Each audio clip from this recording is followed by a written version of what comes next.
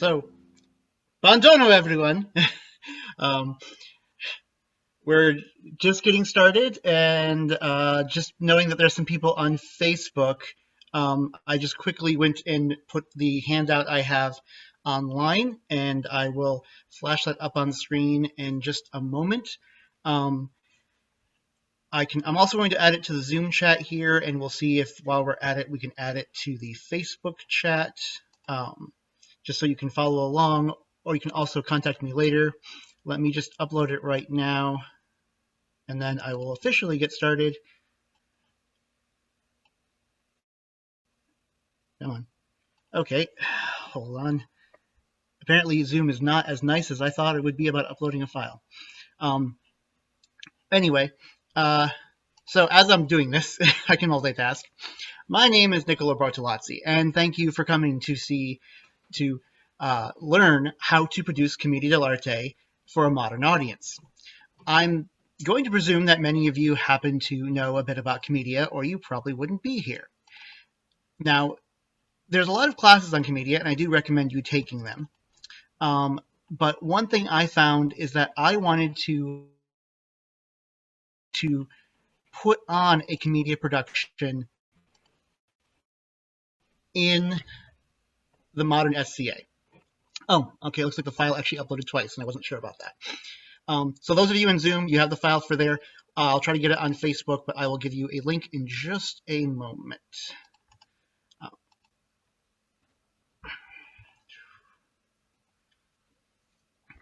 So, Commedia dell'arte, for those of you who don't know, I'll just be very quick, just in case there's somebody here who doesn't know, is a form of semi-improvisational, farcical comedic theater from the Italian Renaissance, so it's very late period SCA. It is full theater. It's actors acting out a plot, although it's not scripted as we often see, especially for modern theater, but even lots of period theater. What happens is you have an outline and your actors come together and they improvise the dialogue, they improvise the action, they improvise some of the overall plot line that can happen. And the other main component that will be important for our class here is it is also it is made by a troupe. It's not just actors in a production. Now, stage scripted theater in period often had a troupe as well, actors who would be together in a company time after time, at least in late period, this would happen. But nowadays, normally what we see, oh, thank you. Apparently the link is now on the Realm community page. But nowadays in theater, we typically see that you audition for a production, you're in the production, and then you rehearse, you perform, and you're done. You may never see that character again, you may never see those actors again, or you won't see them in the same context. But in period, especially in Commedia, the actors were often together as a troupe. And you will see that a lot in the SCA today. Even more than a lot of other theatrical productions, because when we do get ahead to put on a Shakespeare play or some other form of medieval theater, it's usually, again, still a one-shot. But with Commedia, it's usually an ongoing performance of troops. So let me get started now that we have the handout there, and I have probably stalled long enough for everyone to get that. Hopefully you can get the link. There's occasionally problems with downloading it. If for some reason you have an issue, feel free to email me. I'll put my email address up there later on. If we will also have a slideshow up so that a lot of this will be followed, but the handout has more in-depth. I do want to preface, these are mostly the opinions of myself and my troupe. There's really no wrong way to produce Commedia. And that's actually a caveat. That's actually an important element I will get to. So you can find other advice, and I encourage you to find other advice. What I'm saying now is not the only thing out there. It's what works for me and for my troupe. And considering the fact that we've performed now for well over 10 years in the society, I think we know what we're doing. But there's also other groups that have performed just as long, and even groups that have performed for maybe fewer years are still performing. So they all have good advice. So if you find other Commedia players out there, feel free to ask them. Now, not everyone is as in-depth about how to put on the show. Some people are just acting. So we will see now everything you have to do. The tagline for this class, so the title of the class, as I said, is Producing Commedia dell'arte for a Modern Audience. But the tagline that I like to add is, your commedia isn't period, nor should it be. And that's not meant to be an insult, that's meant to empower you to know where to go. So I will now start to share my screen once I find the right one.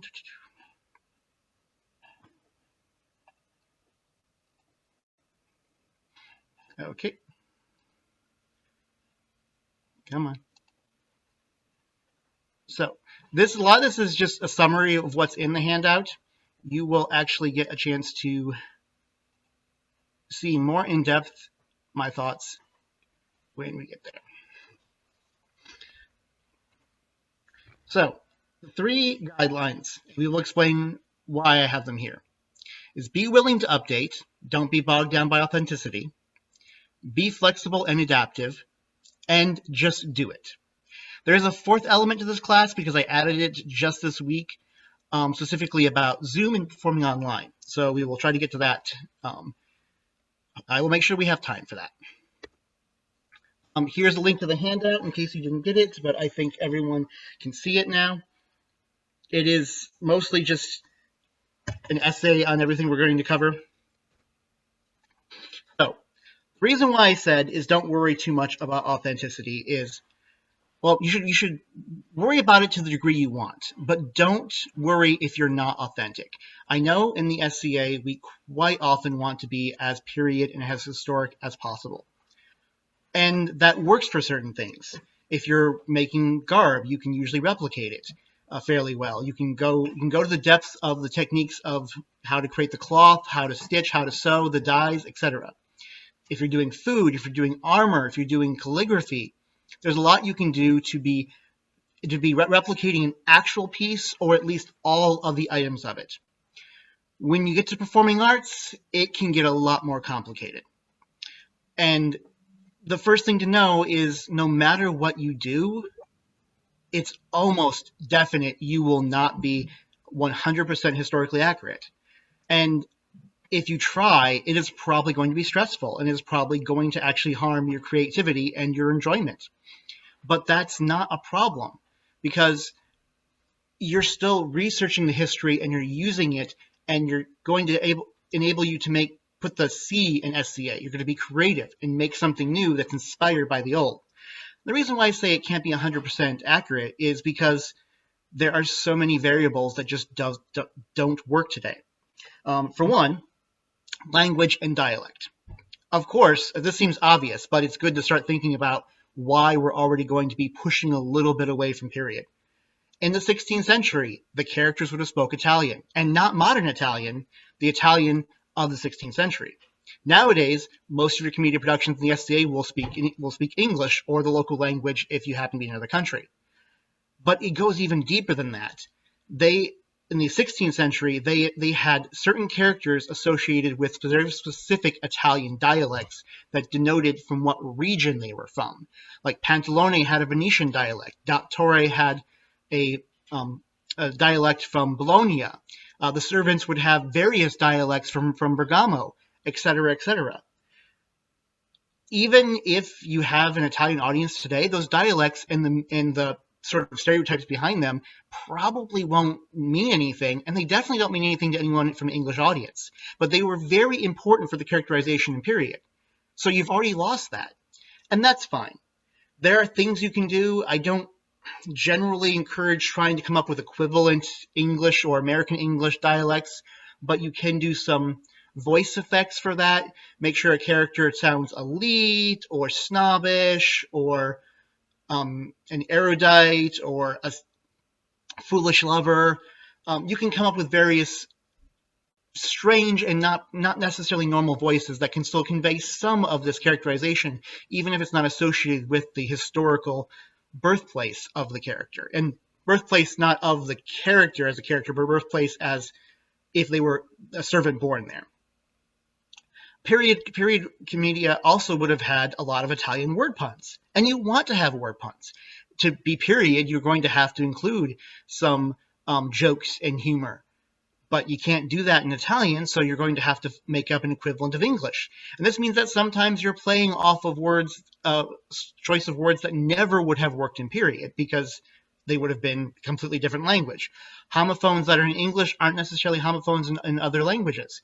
There are some puns in period about characters who don't speak something correctly, and it comes across as something completely different.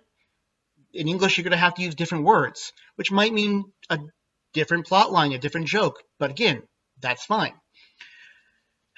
The other one negative side of this is you also, though, have in period Commedia ethnic stereotypes.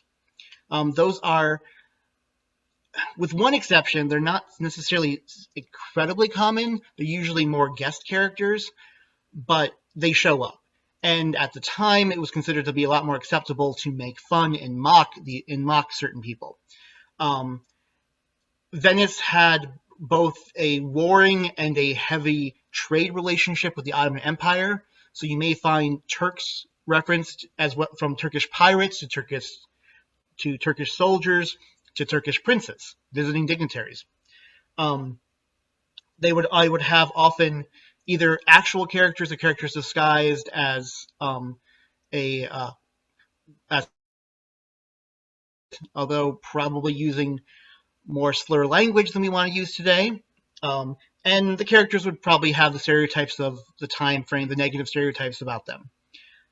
Again, we don't want to do that. But for the most part, you don't have to. You can come up with something else. Commedia already had built in period that you could have somebody who was an actual soothsayer or was pretending to be one, or they were pretending to be a magician, or they claimed that they had sorcery. So all these things, you can have dignitaries from other Italian city-states, or you can just ignore the negative stereotypes even if they're still from the Ottoman Empire. You can still have the characterization, you can have what the character brings without referencing that. So you won't be period, but we're supposed to be the Middle Ages as they were meant to be, and that's without a lot of this discrimination that is not good nowadays. The one exception to this rule, which could still be a problem, is the character of Il Capitano. He is a very well-known character and the one that I actually play the most. And he is in many, many, many period Commedia scenarios and the vast majority of modern SCA scenarios.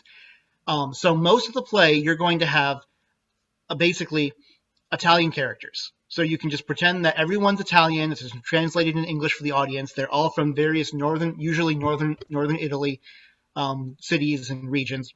And then you have the captain, who's specifically the Spanish captain.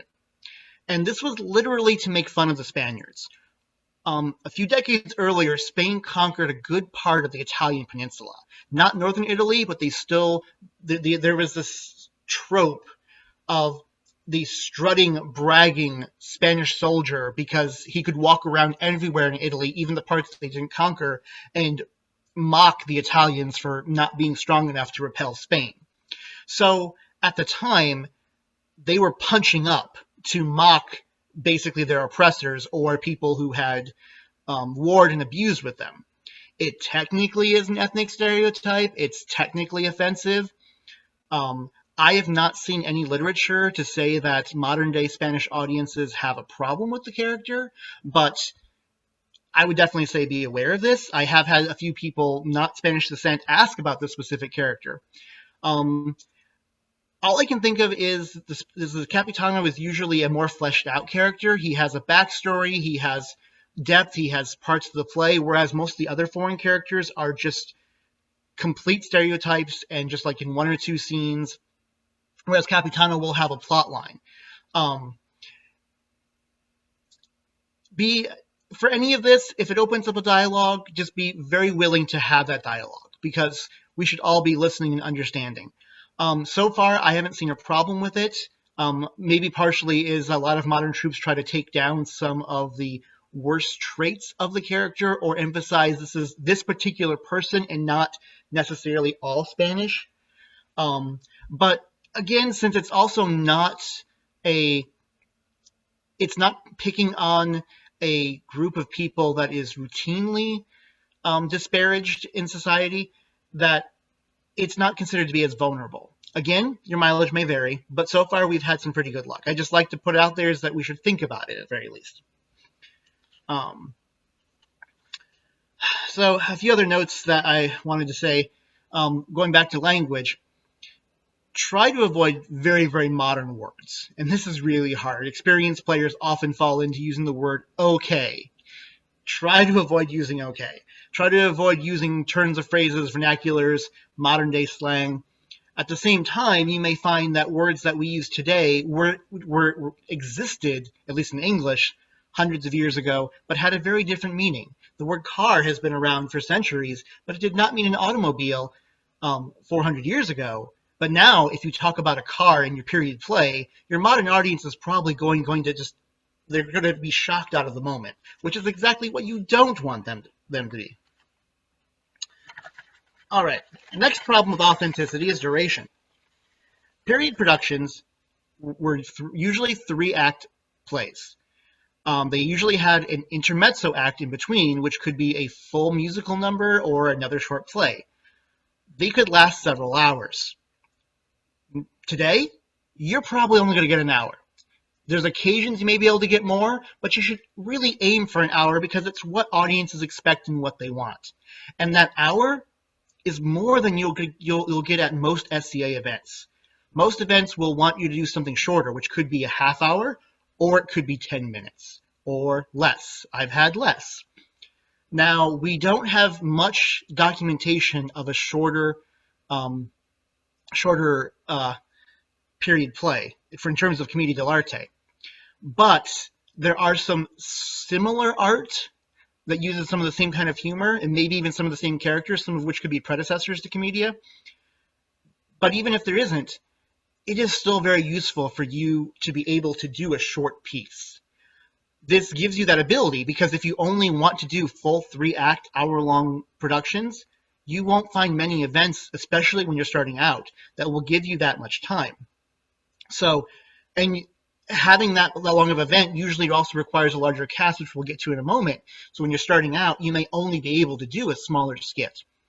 It may not be quite period, but it's very useful because it will train you, it will train your audience, it will train the event staff to know what to expect, and it will give you exposure, which could encourage more participation and more people wanting to see you, which can encourage a better time, longer duration, and then you can go on from there.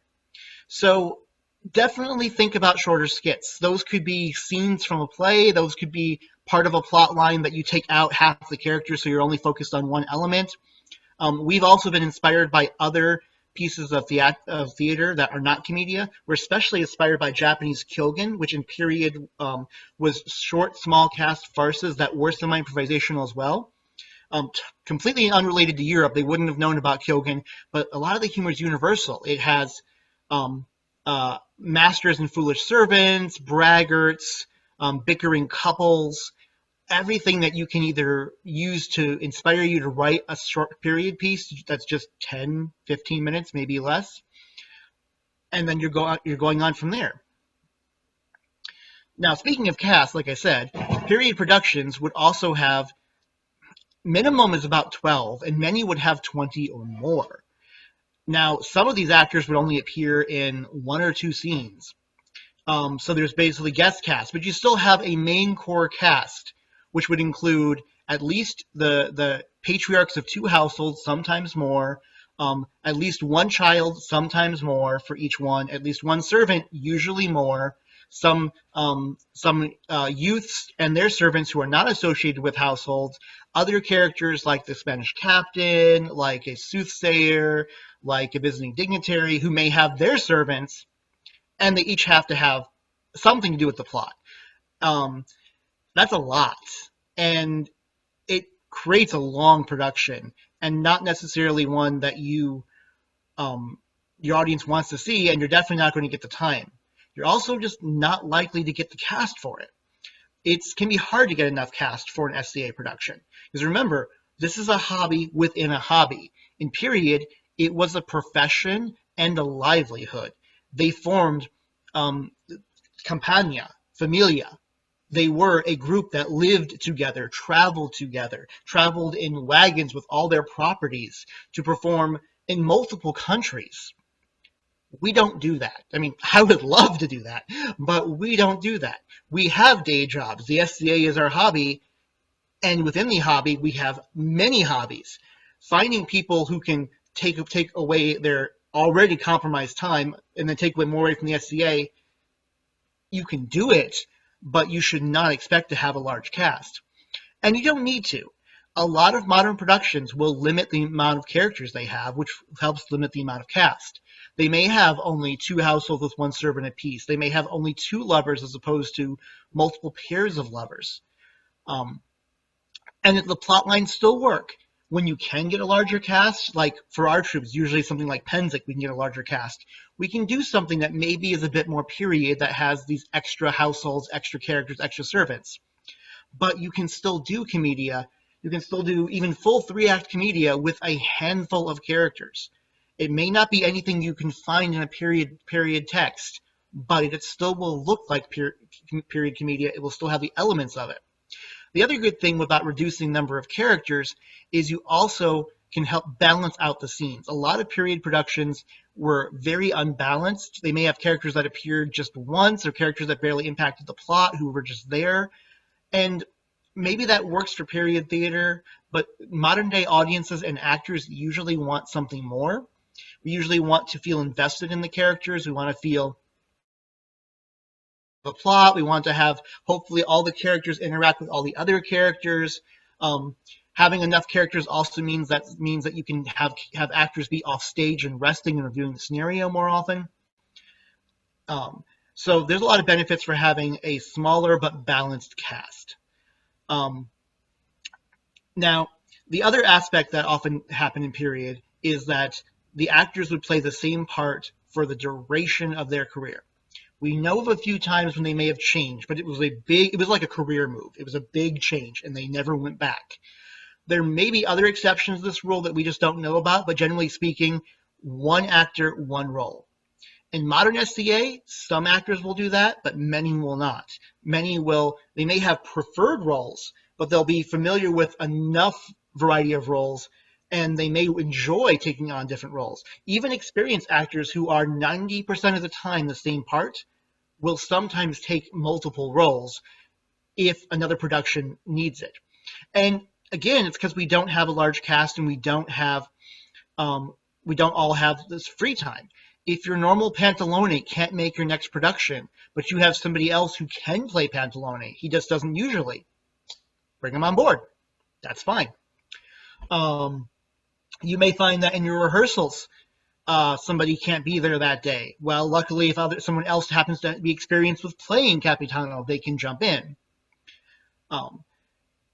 It will help your flexibility, and we'll get more into flexibility in a bit, but it will really help if your actors, at least some of your actors, are willing to learn multiple parts. And they can have preferences, and you can try to cast the way they want. Some of your actors will actually want to practice multiple parts. They'll want to explore and find what they like, or maybe they're a bit tired of what they've been doing and they want to try something more. I think I forgot to put this in my notes, and I definitely forgot to put in the slideshow, but this is also a good opportunity to mention. In period, Commedia did cast women to play women, at least by the end of SCA period. This was the first widespread theater that put women on stage. But nowadays in the SCA, we don't care that much about who plays what gender. We cross-cast as necessary and as there is interest. Some of that is just because we need someone to play the part, and once you put a costume and often a mask, nobody in the audience minds. Other times it's because we're actually embracing the fact that, unlike most of history, we are accepting that there's people who are trans, people who are non-binary, people who are gender fluid, and reflecting some of the sensibilities of now, you may have people who want to do that. I know in our troupe, we have some players who may still identify as one gender throughout their lives, but they prefer to play a different gender on stage. That's their preference. And it's no problem. The audience knows that we're fictional characters. They accept this. So definitely, I would say don't feel bogged down by trying to be historical when it comes to casting. Um, if if you wind up needing to fill 3 more male roles and all you have are female actors, and if they are interested, go for it. If the reverse is true, go for it. It really helps. Checking time. Okay. Um, in uh, in period, we don't. I wouldn't say we have much documentation when it comes to an actor double casting in the same production. It is best to avoid that because it's just more useful to have one actor focused on one character. But every so often, you may find that's necessary. Partially could be because you just don't have a cast. Partially could be because you do want to have that one-shot actor who is only in one scene, and you don't want to find another actor for it, or you can't find one, or somebody has to drop out at the last minute, so you make it work. Feel free to be able to do that. Be careful with it. If you're writing the production, make sure it's written so the actor has time to rest and change costume. But even if it's not period, I'd say, especially when you're a young troupe, be ready for the possibility. I know that I've been in a few plays, and we've written a few plays where we had a character appear as sort of bookending the production, but they weren't involved in the middle of it. They galvanized it, but then they weren't in the middle of the show. So we were able to have an actor in that swap costume, swap face mask, makes it really easy to not know who they were, and then at the end, reverse again. Do that occasionally. I would not make a habit of it. It's just a tool that can help you, especially if you have casting concerns. Some more staging problems. Period Commedia was often performed on both raised platforms that were in the street and full theatrical houses, some that were specifically designed for Commedia dell'arte.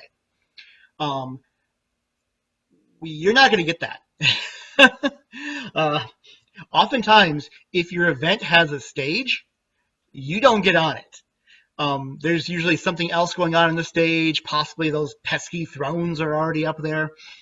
But you may get it sometimes, but you often won't. You're going to be performing everywhere, and just be okay with that.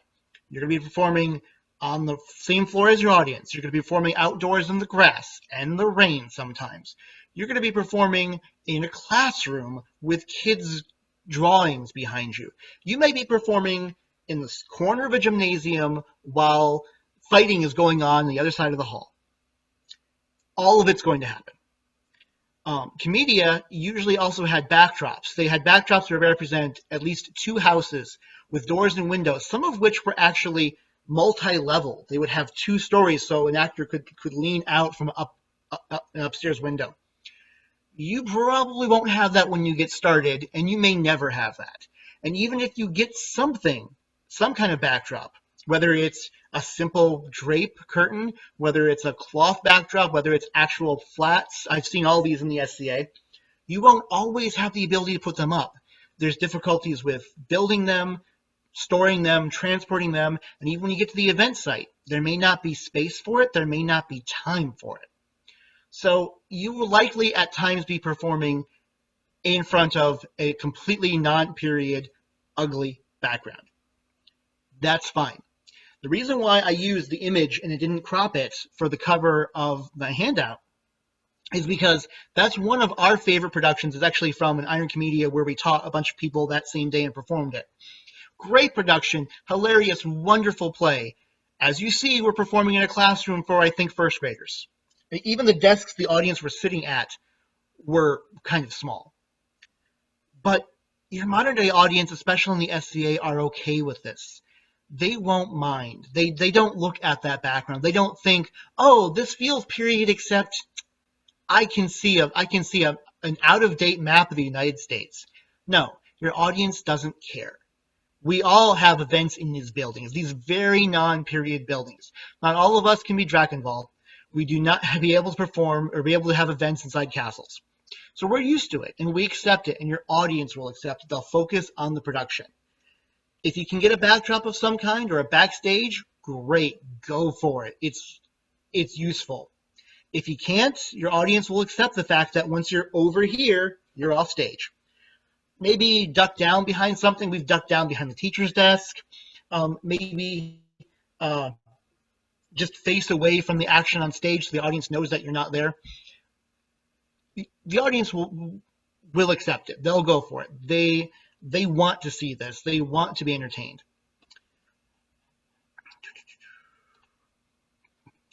One moment.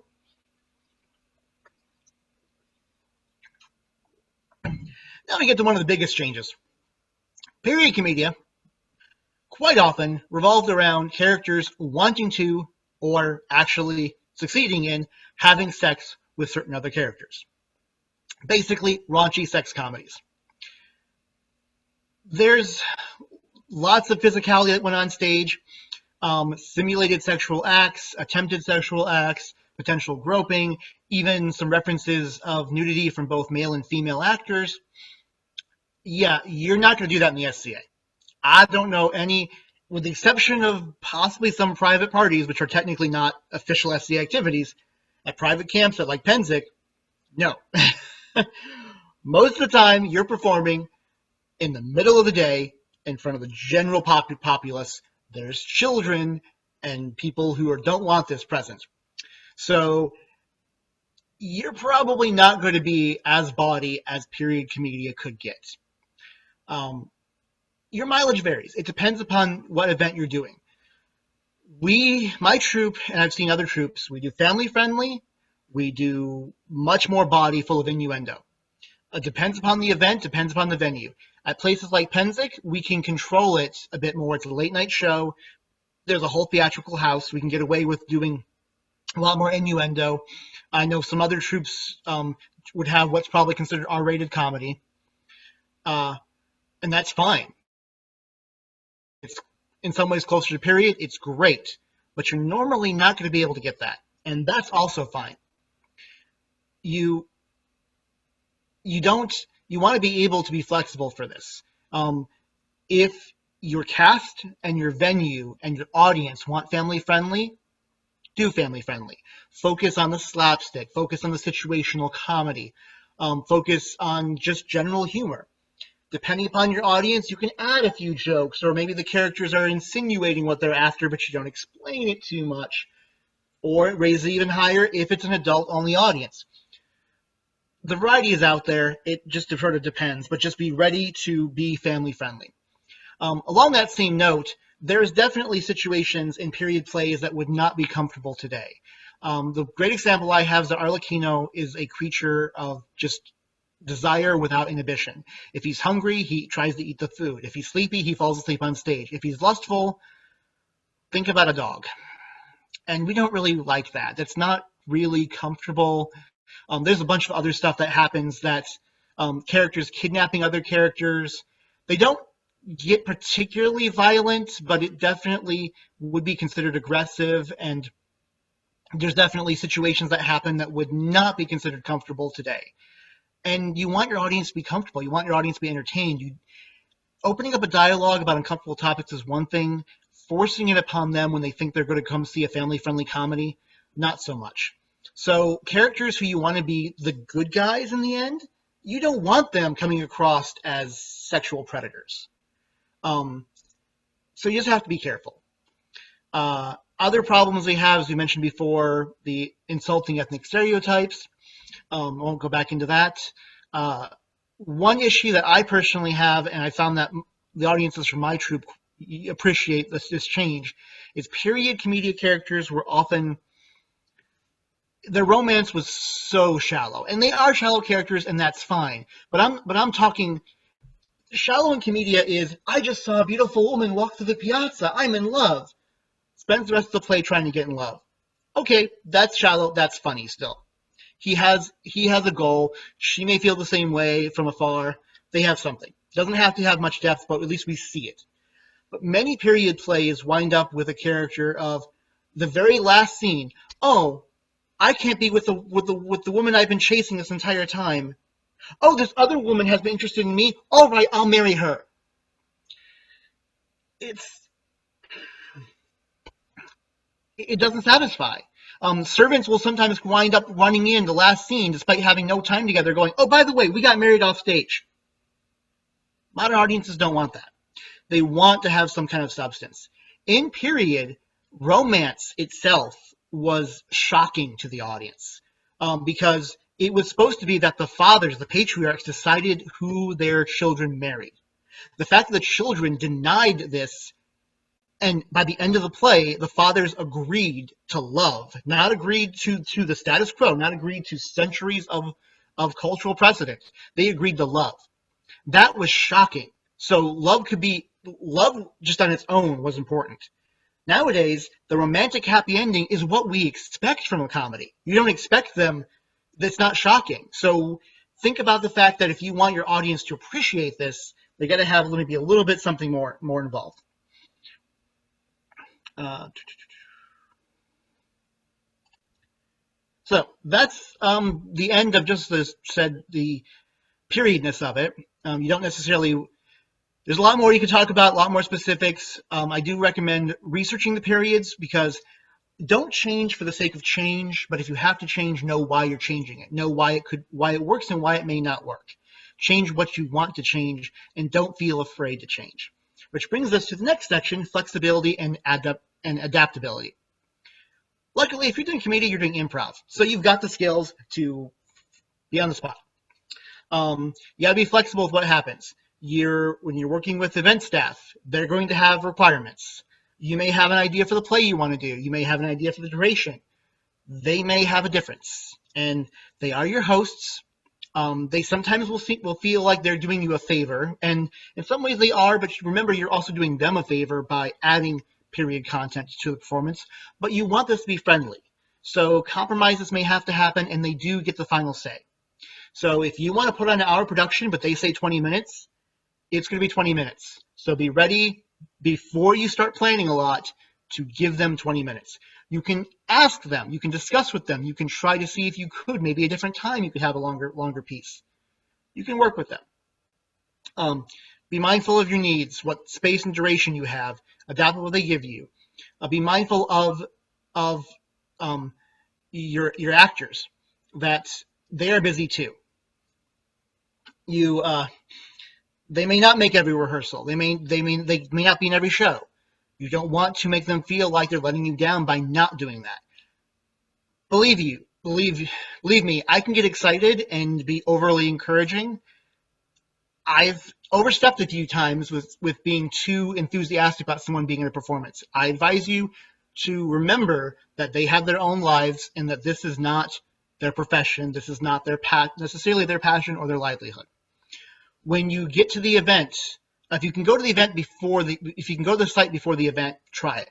If not, as soon as you get to the event, check out your space. Figure out what you have to change right now because you've probably not been rehearsing in the space. So now you have to figure out where your entrances, exits, who's coming off where, if you can, where props can be stored. How loud will you have to be because there's a day camp next to you. Know that you may get pushed at the last minute. They may say, "Oh, you're going to be in classroom B. Sorry, make that the gymnasium." You may get told that you're performing before court. I'm sorry, after court. I'm sorry, before court. I'm sorry, earlier in the day. That's happened. You may get told during the event that you were planning for 30 minutes. They now ask you, "Oh yeah, court ran late and people are hungry for feast. Can you shorten it up to 20 minutes?" Well, you don't want to have to compromise your art, but you also don't want angry, hungry people. Do what you can. Maybe speed it up. Maybe cut some scenes. Maybe if you have that skill set. But also definitely, I would say, talk to the event staff about the burden it caused you, because it can be difficult. Sometimes it helps to manage to have an advocate of somebody, especially a higher ranking performing arts, either a peer or somebody else with higher rank who can also talk with you. Because especially if you're new and this is new to them, sometimes you can sort of be considered to be something else that is sadly not always appreciated and sometimes ignored. And the final bit before we get into the Zoom addendum is just do it. Start small. If you probably have to. If you've never done this before, start small. Small cast, small duration. Write your own material. You will probably have to either write something brand new or adapt it. And by you, I mean somebody in your troupe. It could be you, it could be a particular writer, it could be a group effort. Find out how much time you have, find out the characters you want to be, and write that. I have a writing course. There's other writing courses. You can look at period scenarios and try to figure out what you can do. You can be inspired by period plays that are not Commedia and adapt it to a Commedia nature. Luckily, you're not writing the full script, just an outline. And just figure out what you can do, especially if it's short. Some of this could be adapting an existing piece. If you happen to have if you can get a copy, and I have some of that in my bibliographies, of some of the Scala scenarios. They're long, but maybe you can find some scenes that are funny that you could pull out of it. Costumes and masks. The good news is that most of us happen to already have medieval costumes. Yeah, you're going to eventually want more proper period Commedia costumes, and many of the characters had, at least as of research after the fact, specific costumes, specific colors, styles, etc. Your audience won't know. They're going to be happy to see you on stage. So try to, just if you could only wear medieval costumes of any era, go for it. If you have Renaissance costumes, focus on that. You can also easily construct some of them. Like Arlecchino's costume is a bunch of colorful patches. You can pin that onto a basic white shirt or a basic white tunic, and you're good to go. His is the most iconic costume. For the other ones, just find something of the right color. And you can do this in stages, building it up. You can ask to borrow, ask to have it made. Start building up until you get some nice costumes. My troupe's been doing it for 10 years, and we still don't have some of the great costumes I see from other troupes have. But we've got enough that we can make it happen, and your audiences will go for it. They'll be happy. Same with masks. Traditional Commedia masks were half-faced, leather, usually crafted specifically for the person who was going to wear it. Not shared, just there's a whole procedure. There are some great mask makers in the SCA. Ask me later. And they cost you money. They should. They are works of art. They can cost several $100s. You're probably not going to have masks when you start off with.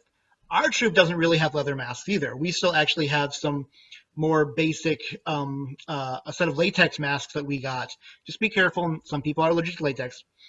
And it's very much not period, but it gives enough of the look that it works. But you may not even get that. Luckily, there's things you can do. You can make simple cloth masks. I do recommend having masks because it helps identify you as doing masked comedy, and it helps your actors get experience with it. It helps showcase that these masks are something different, especially in the SCA when everyone else is wearing costumes anyway. But it could be a simple cloth mask with just eye holes cut onto it, maybe decorate it so it has what looks like wrinkles and bumps, and that could be just flat, but it looks like it has depth. You could also make paper mache masks. You could make, you could get craft store masks that already have some shape, like Carnival, Mardi Gras masquerade masks have long noses. There's various qualities you can get. You can add on to it. You can paint it. You can color it. I know a few troupes that basically have the same craft store mask for all their characters. They're just in different colors, and it looks great. It works. You can slowly build up your quality of what you have. Same with sets. Don't worry about sets at first. You start getting a set, start building it, start having it. But again, your audience will just be happy that you're there. Once you feel ready, approach the event, have that conversation. Make sure that you're rehearsing to get ready for it. And you could be rehearsing if you have regular meetings with your barony or shire, rehearse there maybe. You could also be rehearsing on your own. If it's nice out, rehearse outdoors, because you're also potentially getting publicity. Advertise your show. If it's free, definitely do it. Use social media. Make announcements at your local SCA meetings. If you word of mouth, spread it around. When I say social media as well, make sure you also post things, whether it's information or make a digital flyer, to not just say your page or your troupe's page, but also to your local SCA group or the event it's happening at, or If your kingdom has a performing arts group or something like that, there's plenty of places to do that. I'll try to go over a few Commedia resources online at the end. If you can print out a flyer or some kind of something, if you have the means to do so, feel free. You probably won't get to hang it up much, but maybe you could put it at Trolls. People can see it. And then perform. Just perform. Go out there, do it. It doesn't matter if your cast outnumbers your audience. It's worthwhile. It is always worthwhile to perform. That's the best thing I can tell you, is just do it. Whether it's not very period or incredibly period. You'll have fun. Your audience will have fun. And that brings me to the conclusion, which looks a bit better, I think, in the handout. The slideshow is a little fast made. The things I'd like to basically say, and when I say conclusion, we still have the Zoom section. There's just no slideshow portion of it. When I say, really, it's a case of what you want to be, period. Do you want the production to be museum quality? Do you want to be able to pull yourself to time travel and be dropped into period and it's the same? That would be very hard. But if you could do that, if you want to do that, especially if it's for, or elements of that, especially for, say, an arts and science competition, go for it. But the other aspect is the entertainment. Now, this is how I like to say it.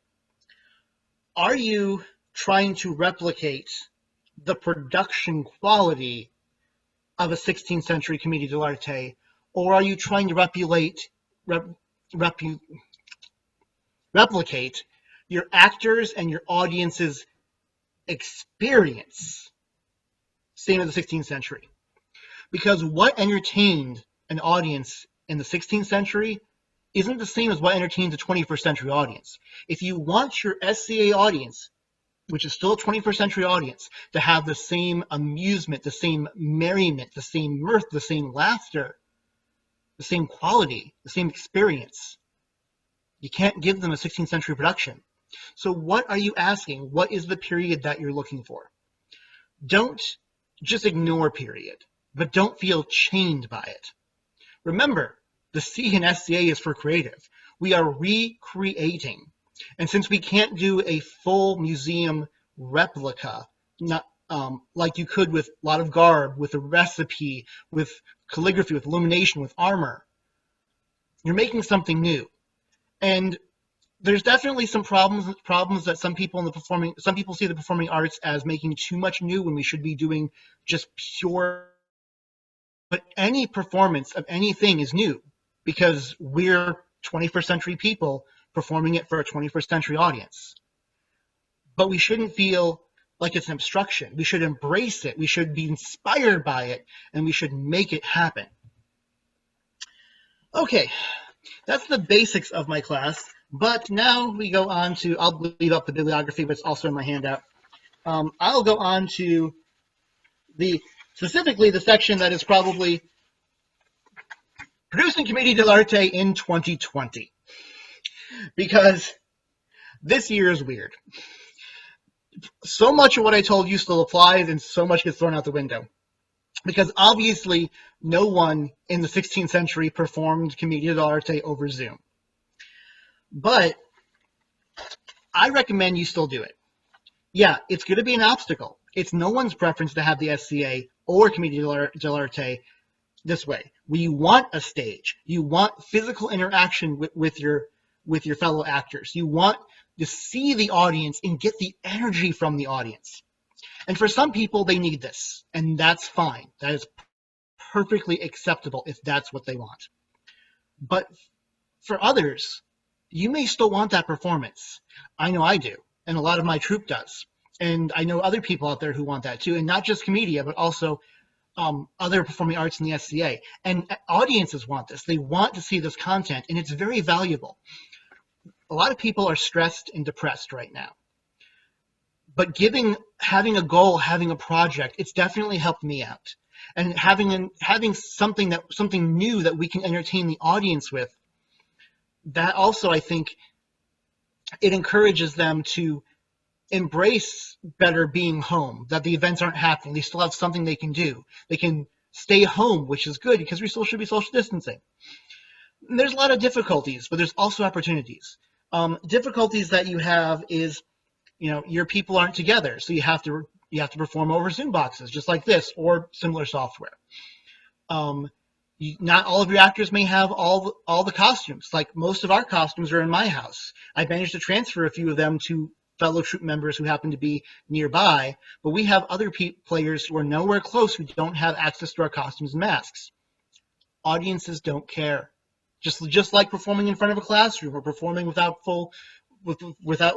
paper mache mask. Audiences don't care. They want to see the plotline. They want to see the humor, the entertainment.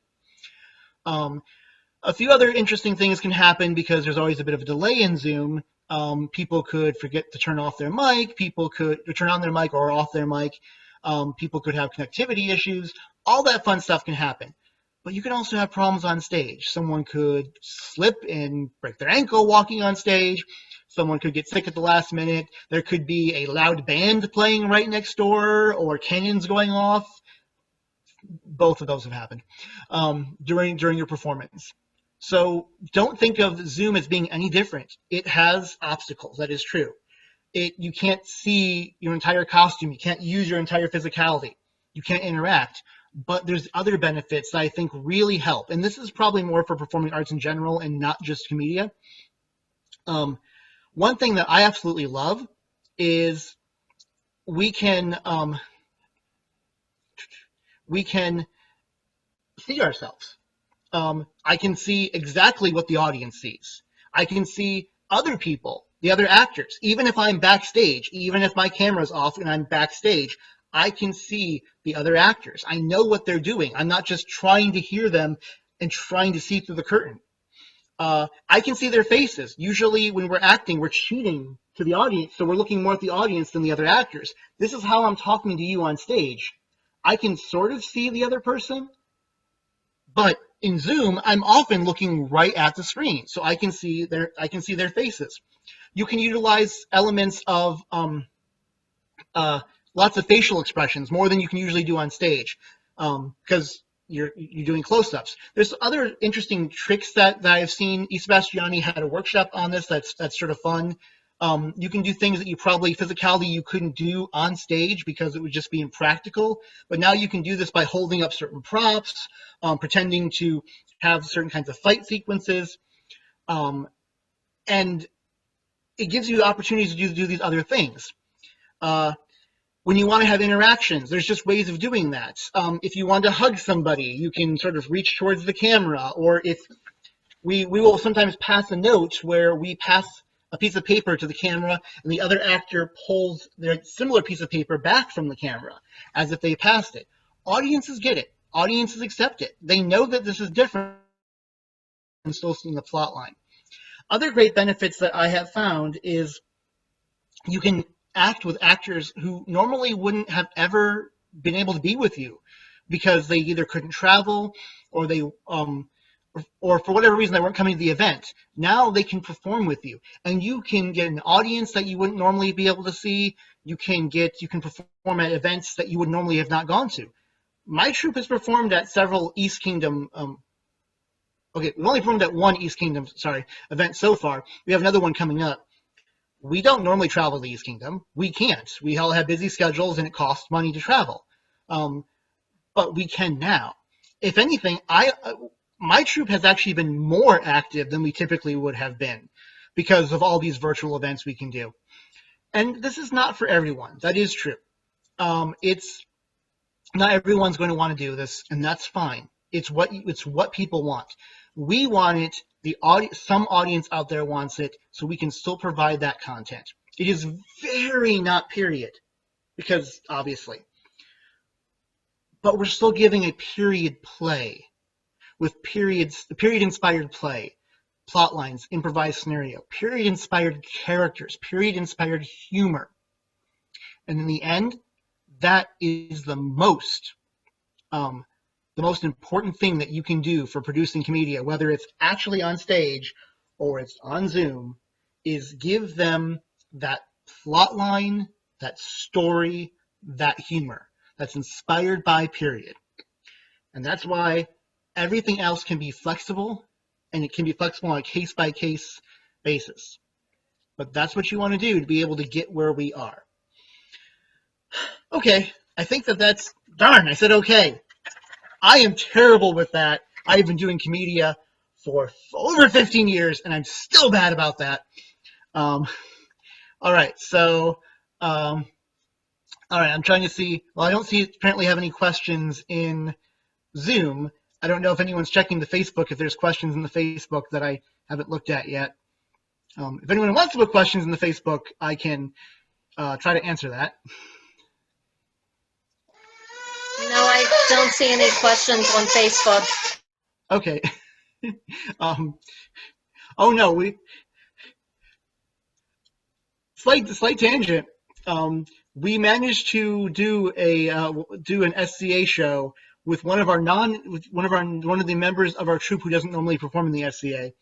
And for the amusement factor, because she had to watch her toddler was in the show with her.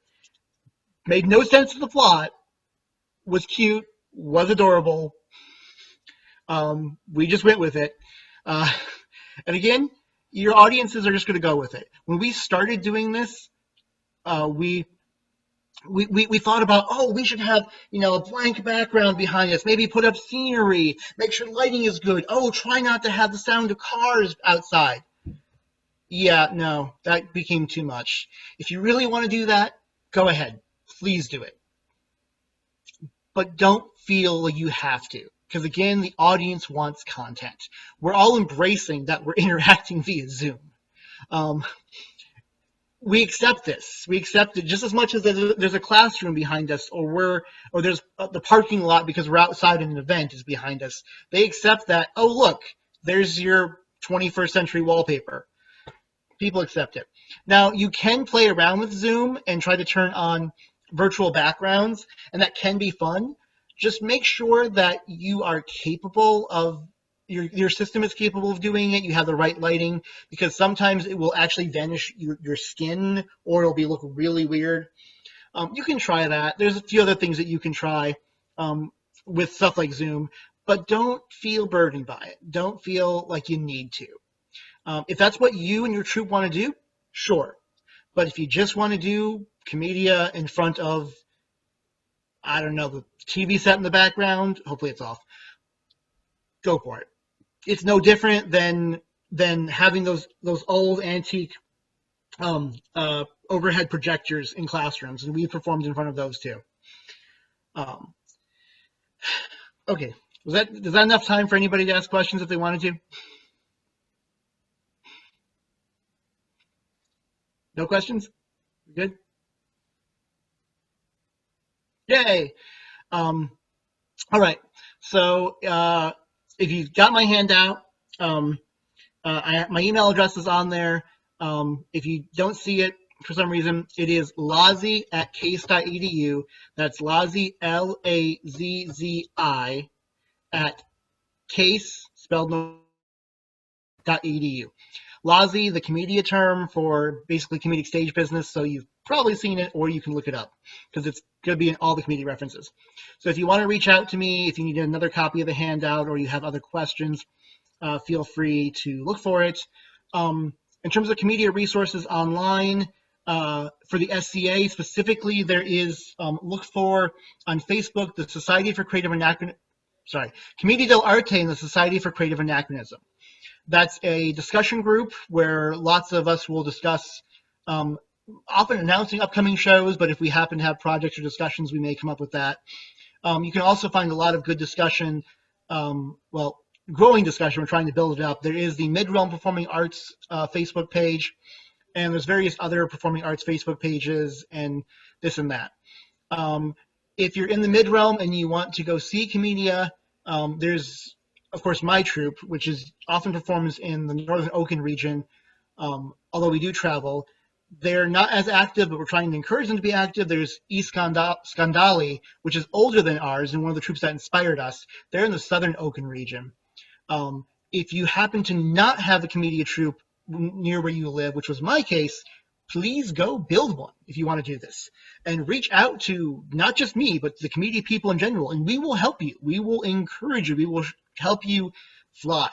Because there's lots of places in the Midrealm and the rest of the SCA that do not yet have Commedia troops, and they should. So I think that's all I can say for now. Otherwise, I will talk to you all night, because it's not my job because I have to pay the bills, but it is my passion. So I absolutely love doing this.